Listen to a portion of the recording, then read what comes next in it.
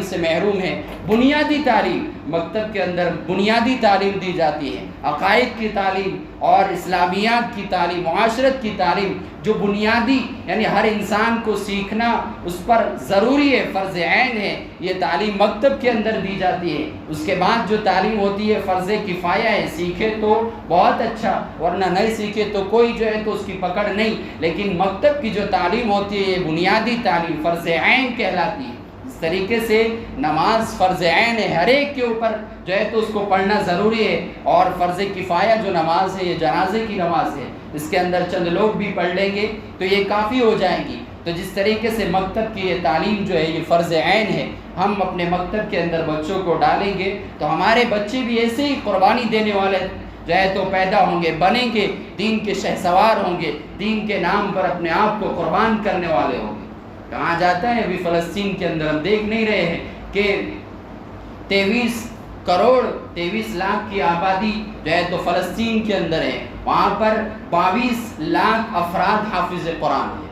گھر گھر کے اندر جو ہے تو حافظ قرآن جو ہے تو وہاں دیکھنے کے لیے مل رہے ہیں۔ 40-50 سال کے اندر اتنی محنت کی گئی ہے فلسطین کے بچوں کے اوپر۔ احمد یاسین نام کے ایک جو ہے تو بزرگ تھے، انہوں نے مل کر یہ ٹیم تیار کی، اور پورے فلسطین کے اندر جو ہے تو ہر گھر کے اندر، چاہے وہ ماں ہو، باپ ہو، بیٹا ہو یا بچہ ہو، اگر اس کو بولتے آتا ہے، پڑھتے آتا ہے تو ہر ایک کا تعلق قرآن کے ساتھ جوڑا ہے۔ آج ہم نہیں دیکھ رہے کہ کتنی جانیں قربان ہو رہی ہے اللہ کے نام پر، کتنے بچے شہید ہو رہے ہیں، اپنے آپ کو جو ہے تو شہادت کے لیے گولیوں کے سامنے جو ہے تو لگا دیتے ہیں اور تلواروں کے سامنے آ جاتے ہیں۔ وہ یہ نہیں دیکھتے کہ ہماری جان چلی جاتی ہے۔ آج ایسے حالات کے اندر فلسطین کے بچے کو کہا جاتا ہے کہ تمہارے گھروں کے اوپر بمباری کی جا رہی، کیسے حالات ہیں آپ کے اوپر، تو وہ یہ نہیں کہتا کہ ہم جو ہے تو دلدل کے اندر پھنسے جا رہے ہیں اور ہمیں پیسا جا رہا ہے اور ہم پر اسرائیل حملے کر رہا ہے، بلکہ اس کی زبان سے تو یہ کہا جاتا ہے، وہ یہ الفاظ نکالتا ہے، الحمدللہ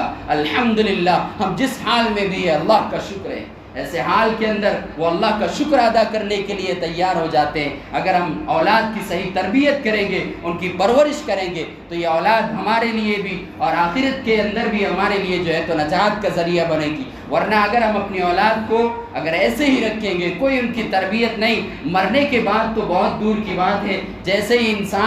جیسے ہی باپ اپنا جو ہے تو بڑھاپے کی دہلیز پر قدم رکھتا ہے، کاروبار بیٹوں کے حوالے کر دیتا ہے، وہ خود روپے پیسے کا محتاج ہوتا ہے، ہر ایک کے سامنے اپنی اولاد کا رونا روتا ہے کہ میری اولاد میرے ماننے کے لیے تیار نہیں، میرا جو ہے تو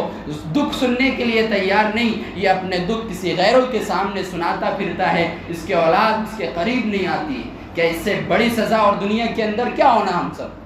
تو اس سزا کا آنے سے پہلے ہمیں چاہیے کہ ہم اپنی اولاد کی ایسی تربیت کریں کہ وہ دنیا کے اندر بھی ہمیں دھیان رکھے اور آخرت میں بھی دھیان رکھے۔ اور یہ 150 روپے جو ہم اپنی اولاد کو تعلیم دینے کے لیے خرچ کر رہے ہیں، ہم جو ہے تو یہ سستا سودا ہے مسلمانوں کے لیے۔ کہا جاتا ہے کہ اگر ہم حضرت مولانا فاروق صاحب مدنی دامت برکاتہم اپنے بیان کے اندر فرما رہے تھے کہ ہندوستان کے مسلمانوں کے لیے سب سے سستا سودا یہ ہے، اگر مکاتب کو بچانے کے لیے، مدارس کو قائم رکھنے کے لیے، اگر ہندوستان کے مسلمانوں کو اپنے گھر بیچ کر ان مکاتب اور مدارس کو چلانا پڑے تو ہندوستان کے مسلمانوں کے لیے سب سے سستا سودا ہے۔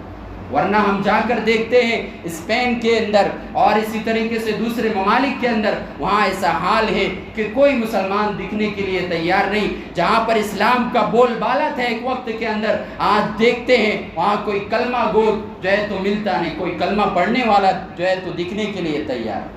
تو اس لیے میرے عزیزوں اور دوستوں، اس قربانی سے یہ سبق دیا جاتا ہے کہ ہم اپنی جائیداد کو قربان کریں اللہ کے نام پر، اپنی اولاد کو اللہ کے لیے قربان کریں، اور قربانی یہ ہے کہ ہم ان کی خواہشات پر عمل نہ کریں بلکہ اللہ کی خواہشات کے مطابق ان کی تربیت کریں، ان کا نام اچھا رکھیں، ان کا عقیقہ کریں اور ان کی اچھی تعلیم اور اچھی تربیت کریں، اور بالغ ہونے کے بعد تو آپ کا ذمہ اس سے ساقط ہو جاتا ہے، وہ خود اپنے پیروں پر کھڑا ہو جاتا ہے۔ جب اولاد بالغ ہو جاتی ہے تو باپ اس کا ہاتھ پکڑ کر کہے کہ میرے جو ذمہ حقوق تھے وہ میں نے ادا کر دیا، اب مجھ سے قیامت کے دن کوئی جو ہے تو کوئی سوال جواب نہیں ہوگا۔ میرے ذمہ تعلیم کا جو ہے تو بوجھ تھا، میں نے تعلیم دلائی، میرے ذمہ تربیت تھی، میں نے آپ کی تربیت کی، میرے ذمہ جو ہے تو پرورش تھی، میں نے پرورش بھی کی، یہ سارے حقوق میں نے آپ کے ادا کر دیے۔ اب قیامت کے دن کوئی ایسا کام نہ کرنا کہ مجھے جو ہے تو اپنا منہ اپنا گردن جو ہے تو سارے لوگوں کے سامنے جھکانا پڑے۔